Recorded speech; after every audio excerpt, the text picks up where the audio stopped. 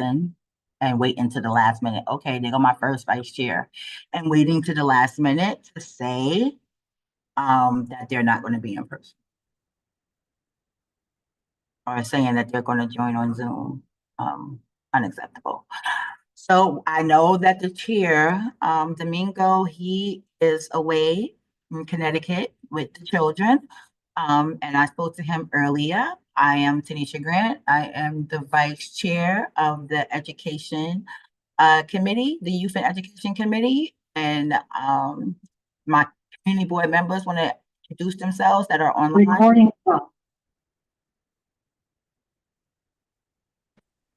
Hi, everyone.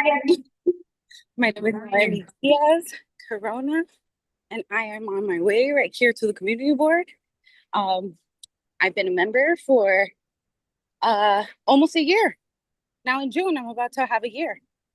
And it's been an informative ride. So who's next? Anthony, you're there. Pass the baton. Hey everyone, my name is Anthony Viola. I'm the first vice chairperson of Community Board 12. I don't serve on this committee, but happy to join and listen in on what is being discussed.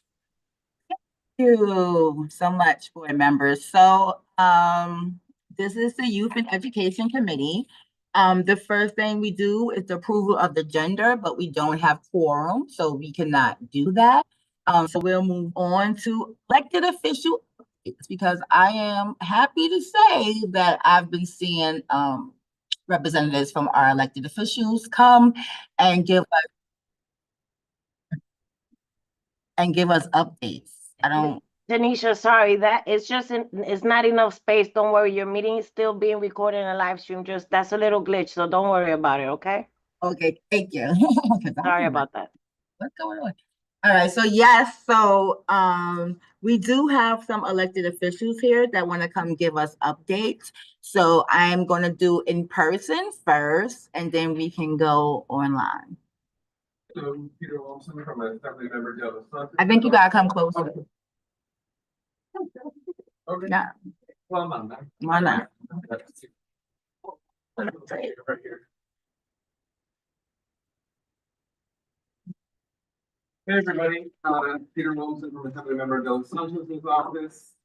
So the budget is in progress, not quite yet 100%, in July, printed, all that. So no immediate updates on any particular, legislative and funding questions regarding that. But there were some questions from the board last time that I was able to, start doing some research on, get some answers on that I wanted to come back and, let them know about.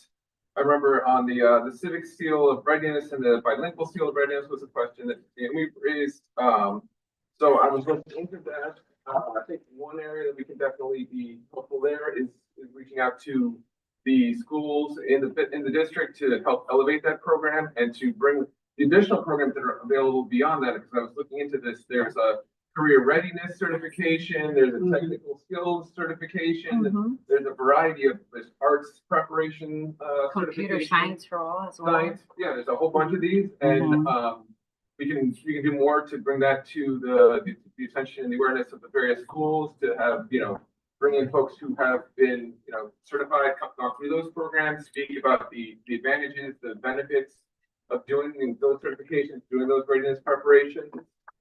Sort of alongside that was the issue of like apprenticeship and bringing alternative, future career paths to schools so that students can learn about options beyond just college for professional and career training, vocational training, stuff like that.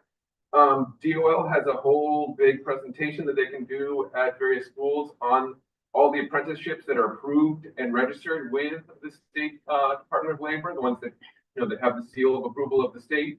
They in 2024 they were supposed to go around and reach out to schools. I wasn't in the space at the time. I don't know what you said. Who? DOL, Department of Labor. Sorry, Department of Labor. So they have a presentation that they can do in schools about all the variety of apprenticeships that are approved and registered with the state that they can be that they can make their students aware of. So that's definitely something we can reach out to DOL from our office to get find out who those presenters are, how we can get them scheduled to appear at the various schools. I would like for them to appear here too and present. If you could, yeah, you could, you can reach out to them and maybe contact Paola and see maybe if we can get them here next month to present. At, you've been in education? It's the second Thursday. Mhm. You know. Yeah. Cause you show up and we appreciate you. And then just, there was also a question about, the mandatory class size bill that passed in 2022. So just doing some research on that. The city is on pace. There are 45% that have reached the class size requirements that were, in mind for that bill. There is some concern raised by some advocates about having sufficient teachers to continue hitting those milestones every year. So that's something that I'm gonna want to look into a little bit more. Also schools, Yeah, the space. building more schools. Yeah. That is also definitely a concern, but the teachers are sort of also a very pressing thing. I know that this was part of the new negotiation. I think James or this Councilwoman's office can speak to this more directly because they have more information on this, I think, but with the push to get more teachers from communities, a variety of different programs the city and the state have in order to incentivize people to join up as teachers. So hope to have some more specific information on that, the programs themselves, how the CP12 and we can work in coordination to get those programs, those incentives out to community members who might be available to start, careers as teachers to help meet these goals. I think it's a lot of problems with the reason why we don't have the teachers that we need. First of all, New York City has a hard time retaining teachers. There's a high overturn. Second is, wages, for teachers. And, I think that, and I want to say, I think teachers go along with new schools, because if we hire teachers and there's still not enough space, especially with the fact that we share a lot of our public schools with charter schools, SCA, like there has to be a plan about more schools being built, more public schools being built to meet the need. So, even if we get more teachers, we still need more schools for a smaller class size. Yeah, absolutely. That's not something, potentially for funding for next year's budget. Mhm. We can start working with. I meant to put all this in the email to the chair. Didn't have time today, but I'll follow up with all this. I know you had a busy day. We started our day together. All of us in this room. So, the trend is unfortunately down, as you say, teacher retention in New York City, and that's something that we definitely have to arrest and reverse and get it going in the other direction. Also, teachers can't afford to become teachers. That's the issue too. So, yeah, if we can. Shout out to Teacher Appreciation Week. Yes, So if we love have you. cool teachers around the city, around the state, and around the nation. Yeah. Please take the time to thank them. Yeah. And then we can incentivize them. I know there was a new contract signed with UFT that, went some way towards, making this better. The time, the number of years of experience required to, hit those, big, income jumps has been reduced significantly. So they are trying to, and there's a retention bonuses now that are also included in that contract. Always talk about how Yes, much. teachers is a very important job, and we should pay teachers well. There was something I was going to ask about, and I just forgot. It'll come back to me. I was just thinking about brainstorming of how we can work with the community board to get some of these training programs, some of the incentives that are available for new teachers to join. There's a variety of different programs the city and the state have to incentivize people to become teachers. Like if you do the program or something, you have to agree to be a teacher in New York City for a certain amount of time. That's, we funded stuff like that. Yeah. How we can get that out to community members who might be available for positions like that, because as it's been raised many times, culturally, responsible and aware teaching is such an important part of this package. So we can bring folks in the community so they can come back and work in the schools in their community. That is, something that we can definitely aim to try and support. So I have one question. So we talked about a lot of programs and stuff, but I didn't hear anything about programs I know that we're going to be working on a resolution about bringing more programs for autism, Yes. like and so, Horizons, yeah. And the nest, yes. And that's Yeah, because we so- don't have that in our community, Mhm. and we have a really high need, and most of our parents have to bus their Yep. children No, out of the neighborhood. Me, I have It's- 2 grandkids. I have the research on that, sort of a lot of it, it's not in presentable form yet, so I'm still like, working on Okay, that one. But I okay. do remember that from last time. It is, you can look at the tabs on my computer, you can see Yeah. it's there. I'm getting into it, but I don't have a specific answer for today. Is a big need. So, and then one more thing on the budget. So, I'm sorry, I wanna add to that also because, Mhm. special education is a big branch. And our gifted and talented students are sometimes, Mhm. also left out. Mhm. So those programs, I know for sure they're hard to find here in the district. Personal experience outside of the district, we have this. right. So travel time is something that we have to take into consideration because it's not in our district. So with all that said, the Honor Society is something that I know that's like a national thing that I'm not well versed in it, but I know that some schools have it, some schools don't.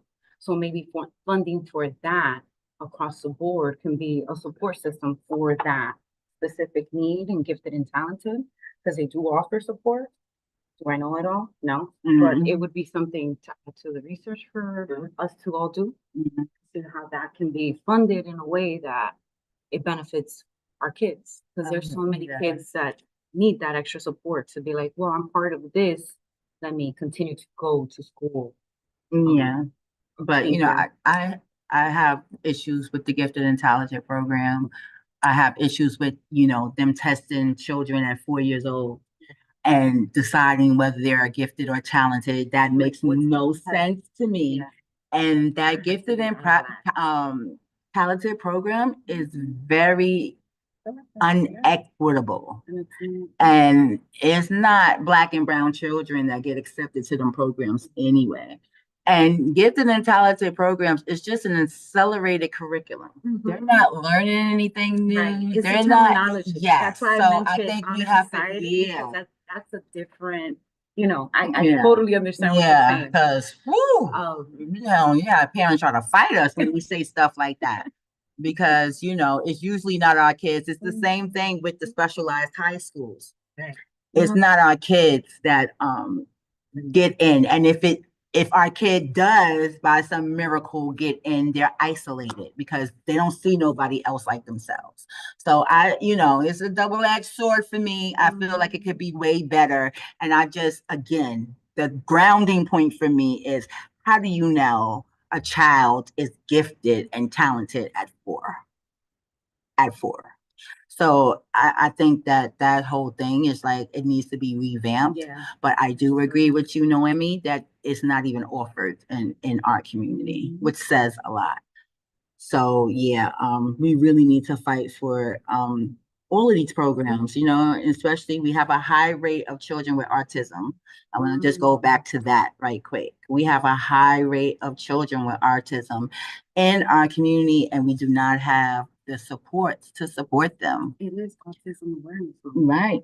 And and mental health awareness. And like when you have to travel to get to your child and they have special needs and things of that nature, it's a child should be able to be offered the program however they fit. And it just needs to be more programs for children all throughout the spectrum, from light, and then they'll tell you, oh, well, your child doesn't qualify for that. Oh, your child doesn't qualify from Horizon. So what do they qualify for?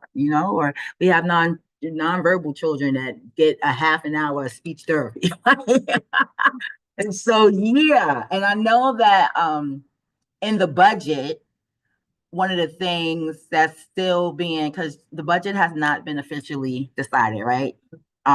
So one of the things that was holding it up was the foundation aid formula. And from what I understand, what we wanted, like the extra weights for special education, I think I actually have it.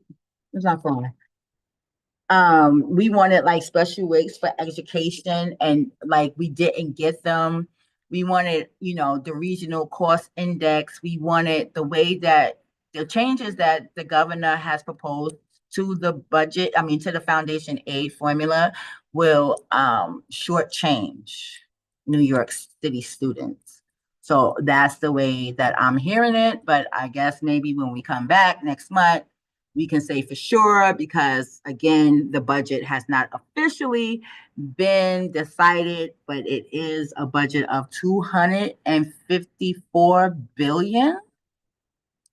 Also, real quick, I would like to talk about the clause that they're trying to put in the budget that will give the governor more power to slash our state budget if federal government slashes money to our communities, I mean, to our state. I have to say that why isn't it the other way around? Why isn't it we're going to give the governor power to put more money in the budget to cover anything that we might see coming down from the federal government, being that, you know, New York City is the, you know, the richest city in the world.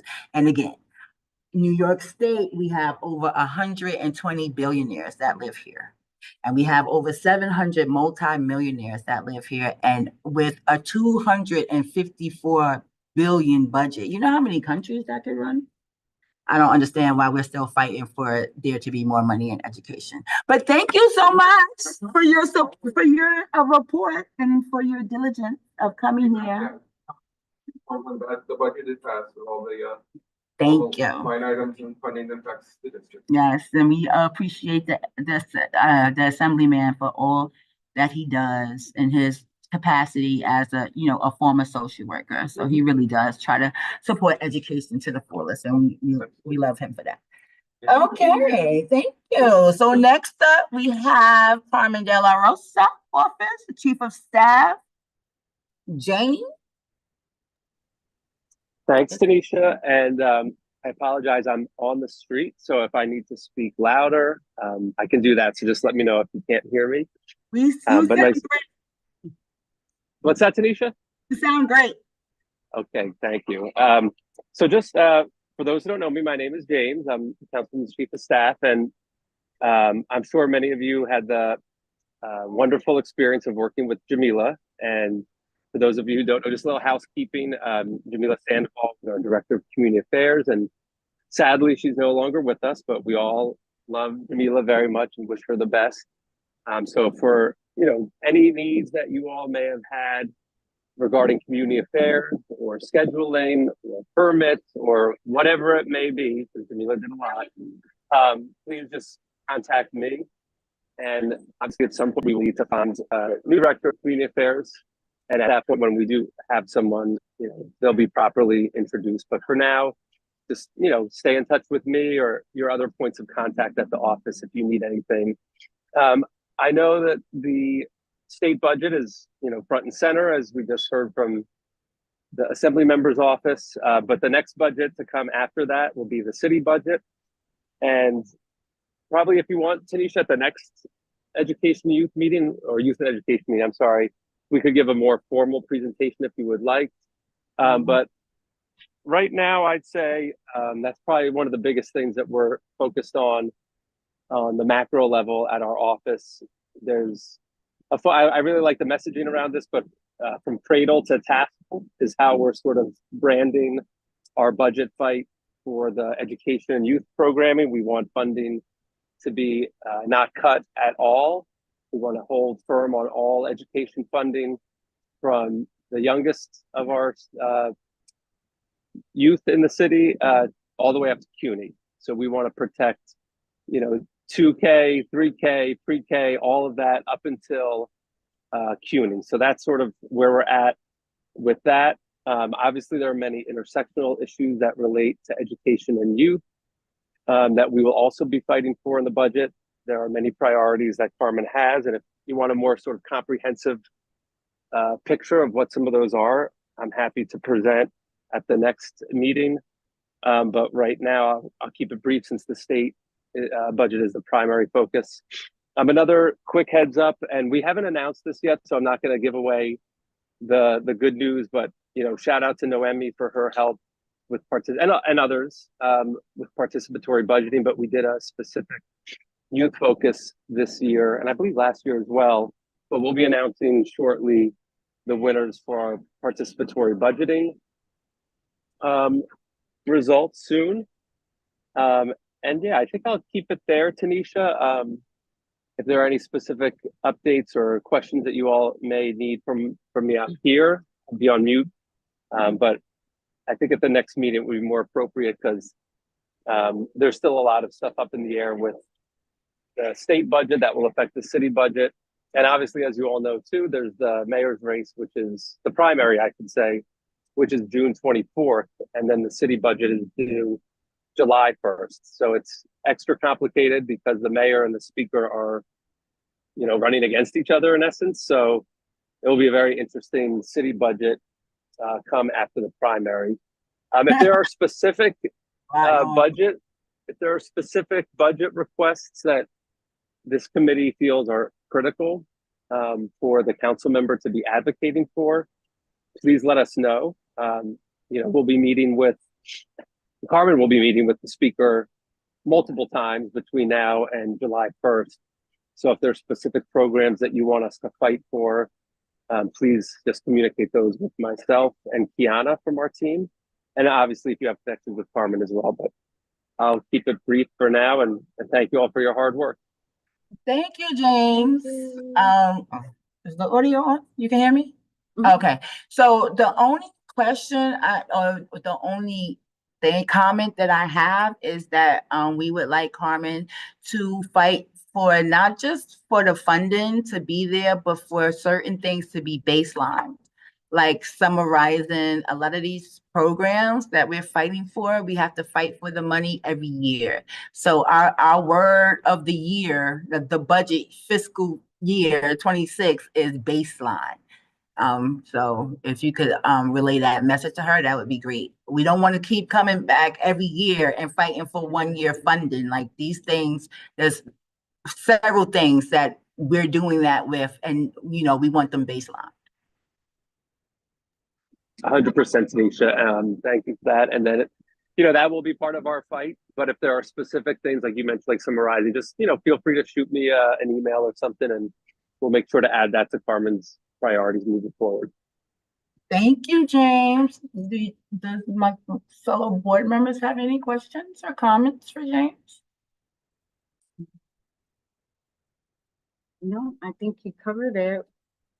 Trying to figure out how we can support NEST programs, Yeah. society programs, Mhm. and support our students overall, like every way possible, right? Yeah. See the gap. So yes, you. Noemi saying the same thing about also the Verizon and Nest programs for children with autism. A lot of us who have children that have special needs have to bust them out of the district because we don't have the programs here in the schools here. So we would love to see some of those programs come up here since a lot of our children who have autism live in the district. Thank you, Noemi and Tanisha. I'll definitely note that for the councilwoman. And yeah, I was going to say something, but I lost my train of thought, but it'll come back to me. I did just get another thought.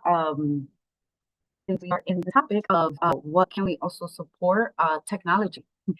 We just had the Minecraft event that happened at the George Washington campus, and it was great, but there's also always room for growth. Mhm. And realizing how much we don't have technology updated in our district Mhm. is alarming. Mhm. Our schools need things from like bases of Wi-Fi, routers, the whole wiring with that is all part of cost Mhm. that needs to be covered to be updated. Mhm. And as we progress with technology, we don't want our students to stay behind. So if there's a way possible, let's figure that out. Yeah, smart classes, smart Mhm. boards. Yeah.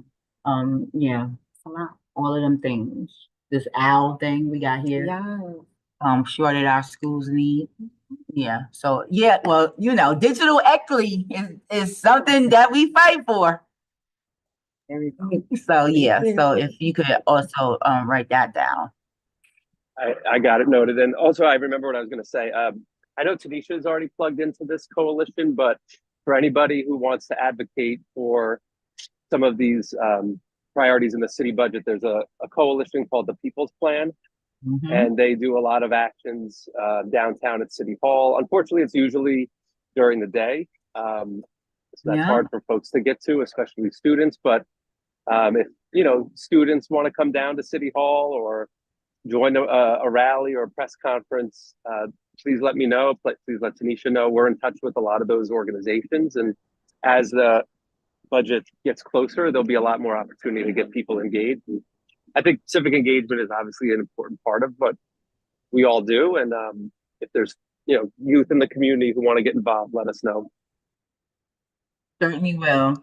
Also, I like to mention that there will be a budget hearing on education at the city council, education committee on, May 20th.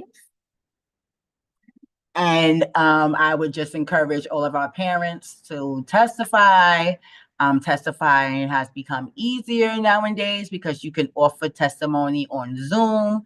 I like to be on all day while I am doing other things, and I get to hear what the New York City Public Schools administration has to say, what the chancellor has to say, the questions that they're asking. It's very important, and it's not as heavy a lift as it was when it was just in person. And these budget hearings do go long, but they are important. And you have a third option. If you can't testify in person or testify on Zoom, you can also send in written testimony up to 72 hours after the hearing is led. And everything is on record. So whichever way you testify, there is a note of that, a record of that. And it's important. And we have 900,000 children in our public school system right now. So if we could get more parents and to participate, because I won't even say students, because I see students come out and they speak up, that would be great. So May 20th at 10 o'clock, city council, youth education committee ran by Chair Rita Joseph, Councilwoman Chair Rita Joseph. That will be at 10 o'clock that day. And I believe there'll be a rally before that. And yes, shout out to Zora and the People's Agenda, the People's Plan. The People's Plan, they do a lot of work around specifically the city budget, and they're starting to gear up right now. Questions? You good? Okay. Tanisha, can I add one more quick thing? I'm sorry to keep. Of course you can. Okay, this will be the last one. I promise. But I know this is not specific to youth and education, but I believe it's very intersectional and something to flag as well. The Rent Guidelines Board just proposed increases, and I believe the final vote will be the day after the primary, June 25th, I believe. But we're going to be planning a rally uptown before then. Carmen's district Councilman De La Rosa's district has the highest concentration of rent stabilized units, and there are far too many young people who are unhoused currently, and I feel like this is an important thing to flag. And once we get a flyer out and we have a location and all that, we'll definitely be reaching out to the community board, and we hope that we can have a large mobilization, because these rent hikes got to stop. Thank you, James, for mentioning that, because people need to see how these things connect intersectionally, right? Because if my child doesn't have nowhere to live, how can he possibly come to school? He, her, them, they, however they identify, how can they possibly come to school and get a good education? A home is a foundation. And if you don't have that foundation, everything else falls to the wayside. So it's very important. I have to say that, I miss de Blasio. I mean, he knew that we couldn't afford rent then. So if we done had a pandemic, And people are still struggling with so many things. And to have like, I hear they're talking about for 1 year, like 4.25%, and for 2 years, like over 7%. Who can afford that? And if parents can't concentrate because they're worried about getting an eviction notice, children, they're like sponges and it rubs off on them and they bring that with them to school. And then, it's isolating because, a lot of children, it's embarrassing. The same thing with food. If you're hungry, that was why, the Black Panthers started that program. Because how you gonna learn something? Your stomach is talking to you because you ain't ate all day. And I just again, the state budget projection is $254 billion. You know how many countries could be ran well with that money, with universal health care, with it's ridiculous that we have these insane numbers and they keep telling us that there's no money. Anthony, you have anything, babe? No, you're saying everything I'm thinking. Yeah. Okay, but I just wanted to talk to my first vice chair. You know what I'm saying? Ask him if he had anything to say because we have to really. I believe it's our job. As community board members, as the youth and education committee, to really outline how all of this affects our youth and their education. And I also like to say ICE. ICE is affecting our children's education heavily. I have several reports from several schools, and Noemi can tell you where the children are not coming to school. And we can't really blame them. Can we blame them? The children are scared that they're either going to come to school and in the midst of coming back and forth are going to get into something, or they're scared that when they go to school, their parents are going to be taken away and they're going to come home and their parents are not going to be there. And we do not have the leadership that I feel that we should have on this topic. And there's nothing to tell our children except if they have a valid warrant, there's nothing we can do. Like co-citizens are getting deported. I know. Whole Tanisha, children are like defending themselves in court. I think it's something that we need to look at or try to figure out something because this is very real and they are in our community, Anthony, all the time. Yes. No, definitely. But before we move on from the Rent Guidelines Board piece, I know, Tanisha, you sit on housing, right? Do you still sit on housing? Mm-hmm. Is there a resolution coming before the board this month on those? Yes, Okay. there is a resolution coming. I believe that the Housing and Human Services writes a resolution every year. And I believe that we're going to bring it to executive committee, but I think that we wanted to change some things up. Okay. Because some things just didn't flow for us, like the AMI, it says that for a family of four, income, that the average income is $57,000. And I don't know what they're talking about. I think that's completely made up. Because I don't know a family of four that can survive on $57,000 a year. Not in New York. Not in New York. We're not, the wages don't match up to everything else. It don't match up to the rent. It don't match up to the food. Like, how much are eggs now? It don't match up to all the expenses that a person has, and never mind a family of four. Yeah. It's because they use federal numbers, and those federal numbers average out across the states, especially in states where the cost of living is significantly lower than it is in New York City. Yeah. So it's very I think it's done on purpose to cover up just how much people are suffering. I don't get it. But for me in New York City, the floor of what you can make and take care of a family of four is $35 an hour. And that's the floor. So I don't know what they want people to do. And I know we go to the public safety meetings and we hear every month. You know what I mean?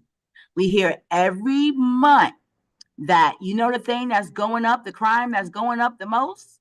Stealing. And we don't, we don't connect that people are stealing more because they don't have anything. And I have to say on record, if I have to feed my kids, you're not giving people options. What the options are, oh, well, we're just going to lock everything up in the store now, and we're just going to criminalize you more for grand theft, larceny. When the truth is that all of these major corporations are insured.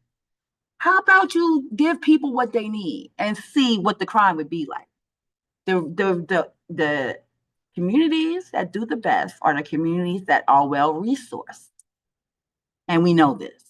So we're creating crime in our community. We're creating more dysfunction than we have with all of these things. And then how are our kids supposed to go to school? Do we not think that our kids are not listening to their parents yell and scream about how much the rent got like boys? Like James just said that we have the biggest population of stabilized housing in the city.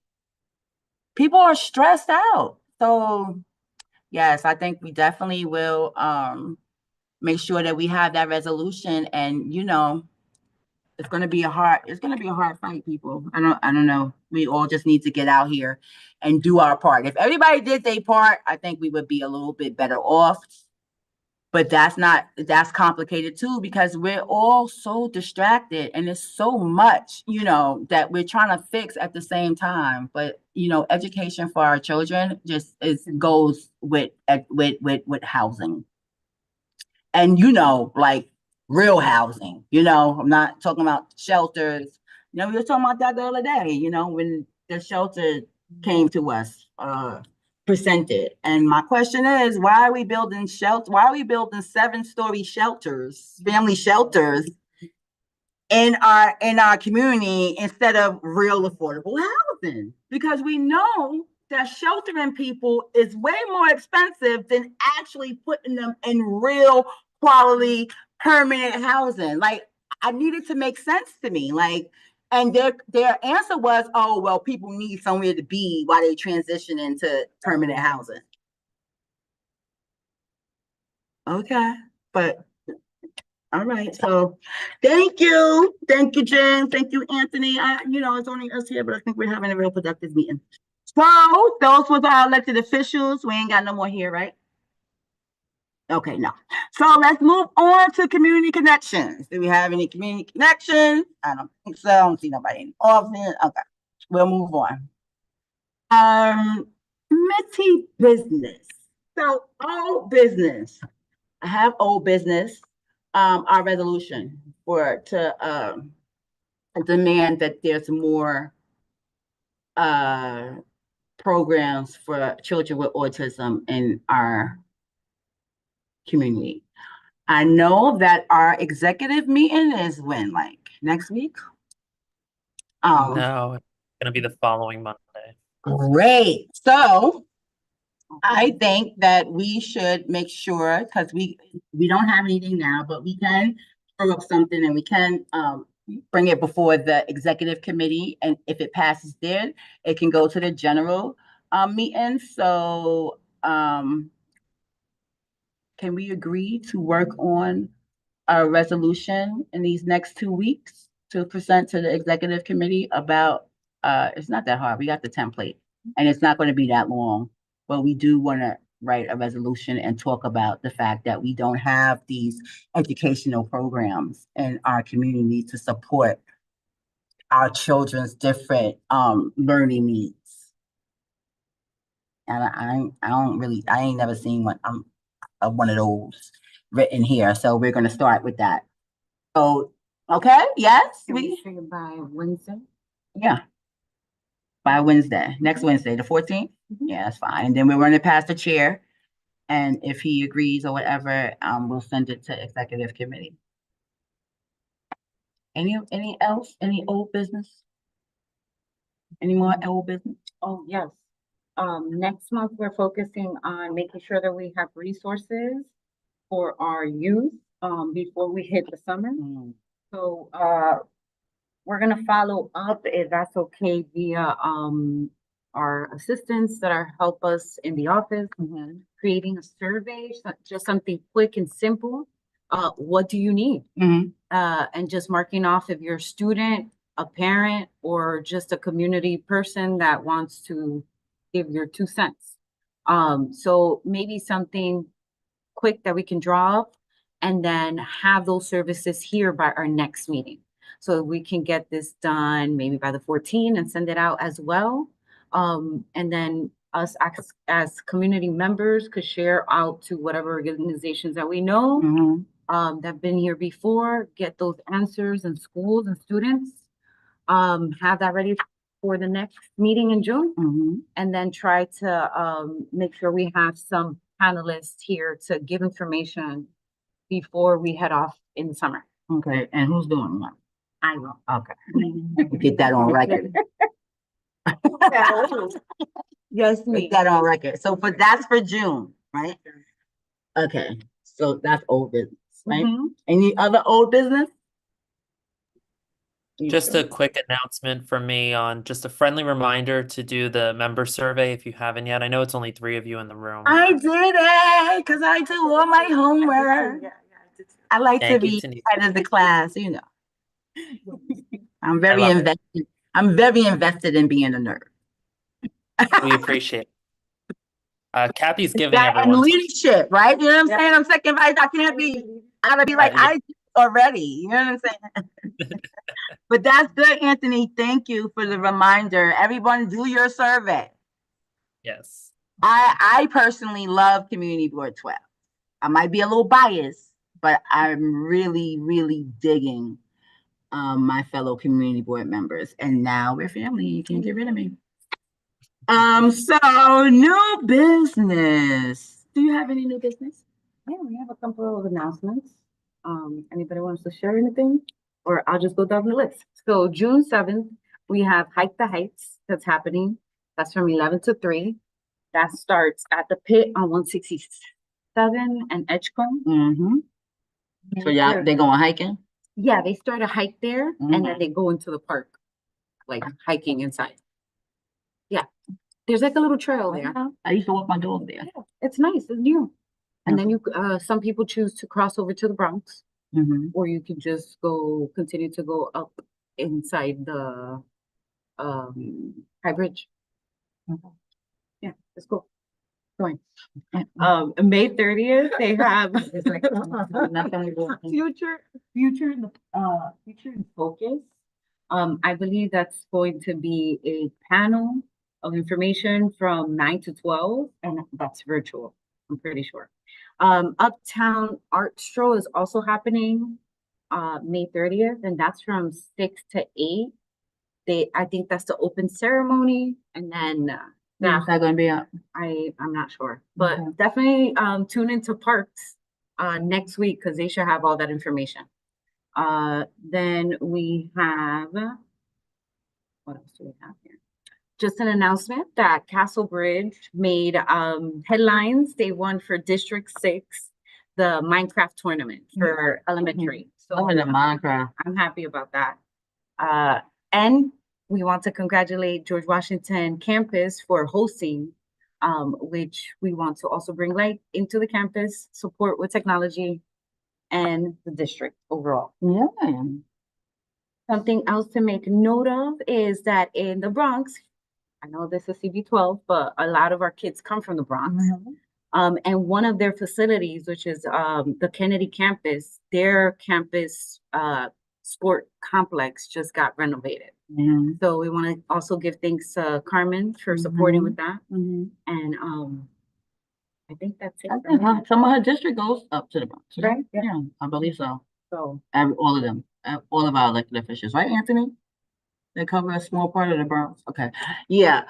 I have some. Yeah, I have some announcements. So on May 22nd, there will be a mayoral forum at Jamal Hall from 5 to 9, I believe. It's going to be, it is, the main organizer is Racially Just Public Schools. And then they have a lot of organizations sponsoring that deals with, education advocacy. So that's right up the street, honey. So I feel like we should go, and we'll have people send it out. Also, there's something else going on. Oh, yes. So May 24th, I believe, is hold on, let me get this right, because I believe May 24th is the mayor forum at Jamal Hall. Is that a Saturday?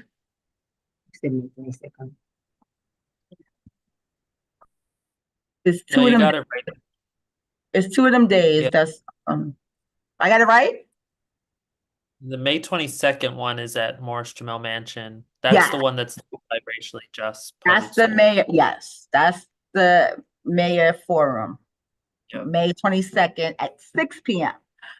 Thank you, Anthony. And then we have, which I'm really excited about, Assemblyman Santos, because you ain't make the announcement. He's doing a mental health walk, because this is Mental Health Month. And mental health is a thing that a lot of people are suffering from it and are not getting the services that they deserve and they need, and then they're being criminalized and locked into horrible places, which makes them more, mentally unstable. So we are doing, Assemblyman Santos' office is doing a mental health walk, and then there's going to be activities and resources in the Ring Guard on May 24th. And what time is that supposed to be? I'm still waiting for the flyer. Yeah, somebody on fire. I believe it's 4 p.m., but Okay. we'll finalize. Yes, and there will be a lot of activities and stuff there for the children. I know my organization is participating. There will be cotton candy, there will be popcorn, there will be a lot of things, activities to encourage our children to love the earth. I feel like it's never, Earth Day should be every day. And so it should always be a way, because I just mean, like, I feel like we messed it up for our children, so the more we can get children thinking about their environment and the things that harm the world and the things that heal the world, the better off our next generations will be. We ain't personally do it, but you know what I mean. So we'll have a lot of activities and a lot of fun for the kids. And Mental Health Month is important. Mental health is important. And, we have a lot of our students that are suffering in silence from mental health illnesses. And mental health illness is not a crime. So it's something that, we should always support and always try to make sure that our kids are getting the culturally relevant and responsive mental health care that they need. So that's on the 24th. Anything else? Just want to piggyback off of mental health. There is a number that was added to the 899, To which, be heard. yeah, We're still fighting for money for that, Jim. but this one is for moms. So, it's servicing all, but this number is just for moms. So If you know.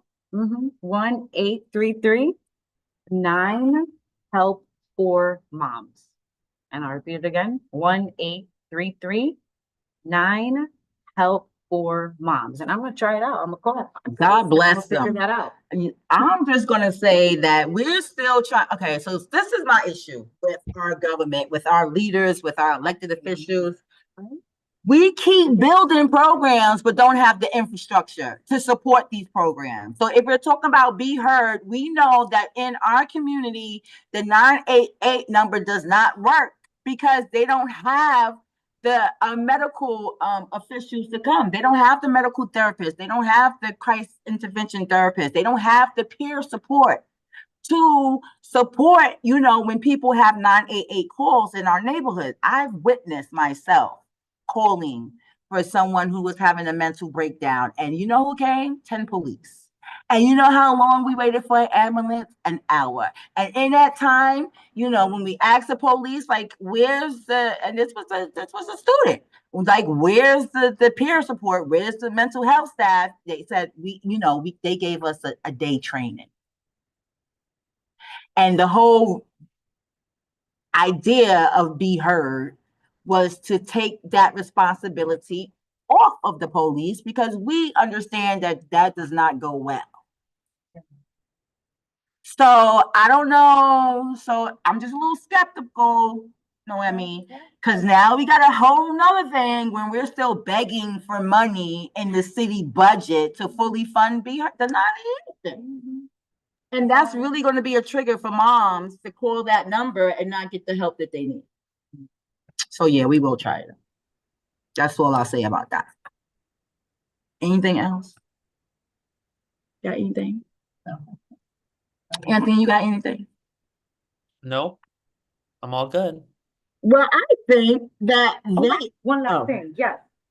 STEM fair happening in the district. Love That is June 14th. That's happening at the Armory. So, please, we should show up for that. yeah, definitely come through. All kids are invited, whether they're in public school or charter school within the district, come and show up and see what we got. All of our schools should have a display of what's happening in their school via STEM. So can't wait to see that. Oh wait, announcement. You tell me that some of your kids is getting computers. I'm talking about technology. Oh my God, yeah. So we have parents supporting parents coming through to support with computers at the George Washington campus. Yes, ma'am. So definitely stay tuned so we can figure out which students are going to be eligible for this great opportunity. So all, of course, but Y'all pick the students. We'll just bring the technology. okay. Stay tuned And to we see will which bring ones- printers for the babies to use with ink for 2 years. It is. We try to spread the love around. We did an event last year.